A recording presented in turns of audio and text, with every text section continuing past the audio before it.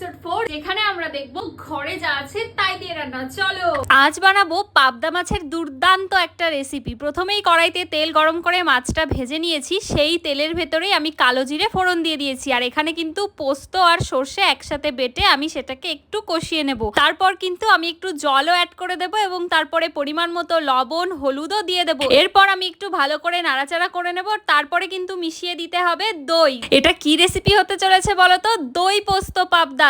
এরপর যতক্ষণ না তেল বেরিয়ে আসছে ততক্ষণ পর্যন্ত কিন্তু আমাদের লো ফ্লেমে রাখতে হবে। তার ভেতরে আমি দিয়ে দিলাম একটু কাঁচা লঙ্কা চেরা, আর রঙের জন্য দিয়ে দেবো একটু কাশ্মীরি লঙ্কার গুঁড়ি। তোমাদের কাছে না থাকলে কোনো অসুবিধা নেই। তারপরে তোমরা যেরকম ঝোল রাখতে চাও সেই পরিমাণ ঝোল দিয়ে জলটা ফুটে আসলে আমাদের দিয়ে দিতে হবে ভেজে রাখা পাবদা মাছ।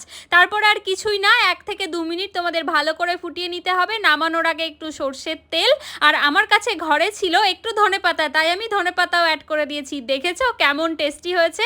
তোমরা বাড়িতে অবশ্যই এটা ট্রাই করে দেখো, আশা করছি খুব ভালো লাগবে খেতে। বাই।